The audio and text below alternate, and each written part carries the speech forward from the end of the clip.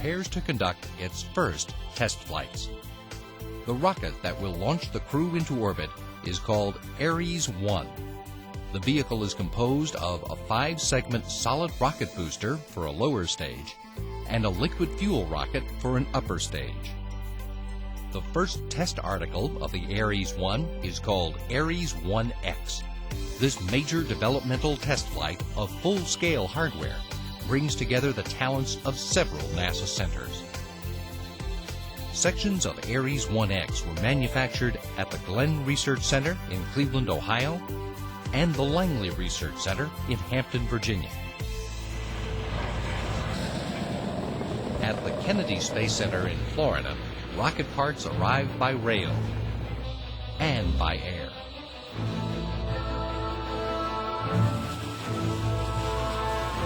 In Kennedy's Vehicle Assembly Building, workers carefully stack the giant components as the test vehicle takes shape. The Ares-1X test flight is a suborbital flight and will have no crew.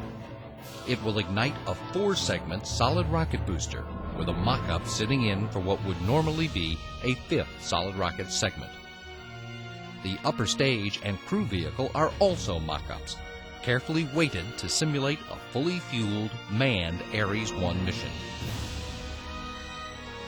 Loaded with 700 sensors, the Ares-1X test flight will validate computer modeling methods.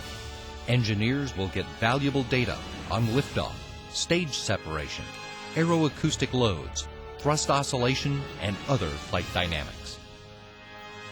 In preparation for Ares-1X, NASA transferred Launch Pad 39B from the Space Shuttle program to the Constellation program. Pad B originally was built for the Saturn V rockets that launched the Apollo capsules to the Moon. It was later adapted to support Skylab and Space Shuttle operations.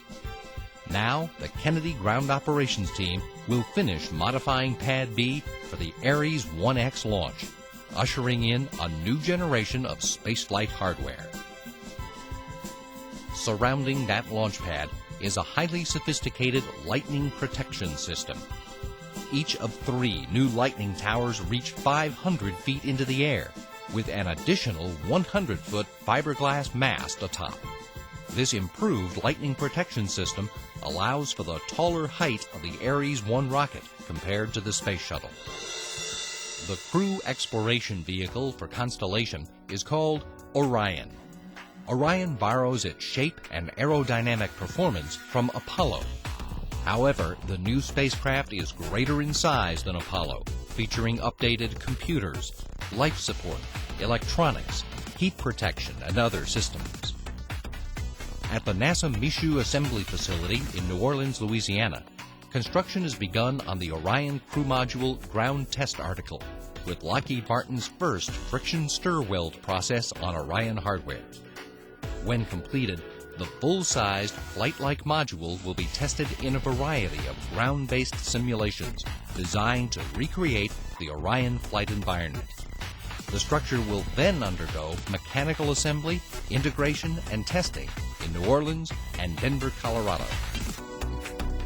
The Orion spacecraft will have to endure extreme temperatures, traveling from the Earth to low Earth orbit, to the Moon, and back again. The blistering return through Earth's atmosphere can produce temperatures roughly 5,000 degrees Fahrenheit. NASA studied several materials for Orion's thermal protection system, or heat shield, which will protect the craft during that re-entry process. That research led to the choice of the material called AVCOAT, which has a proven history with the Apollo and Space Shuttle programs. After re-entering Earth's atmosphere, Orion will splash down in the water, where the spacecraft and its crew will be recovered. To rehearse this scenario, a full-size replica of the Orion spacecraft has been tested for its performance in open water near the Kennedy Space Center in Florida. A collaborative effort between NASA and the Department of Defense, the test is called the Post-Landing Orion Recovery Tests, or PORT. PORT not only reveals to engineers how the spacecraft will behave under these conditions, but also gives recovery teams their first experience working with Orion. In addition, NASA will have a better understanding of the motions astronauts will experience within the craft. Other water-based tests took place in Maryland, where a smaller Orion mock-up was placed in more controlled water conditions for further gathering of data. Sitting on top of Orion is the Launch Abort System, designed to pull the crew to safety in the event of an emergency on the launch pad or in the early stage of the climb to orbit. Preparations are in full swing for the first test of the multifaceted Launch Abort System. Called Pad Abort 1, the test will include the firing of the abort motor, which pulls the Orion spacecraft from danger, an attitude control motor, which provides directional control, and a jettison motor that separates the system from the crew module.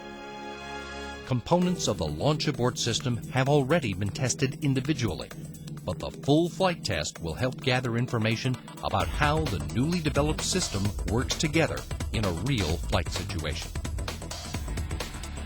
The abort motor, jettison motor, and other important components for Pad Abort 1 have already arrived at the White Sands Missile Range near Las Cruces, New Mexico, where NASA has completed work on a 92-acre launch complex. Included in the construction is a gantry steel structure, which serves as a combined launch pad and simulated launch vehicle. The gantry stands 130 feet tall and will be used in future test flights for the Constellation program.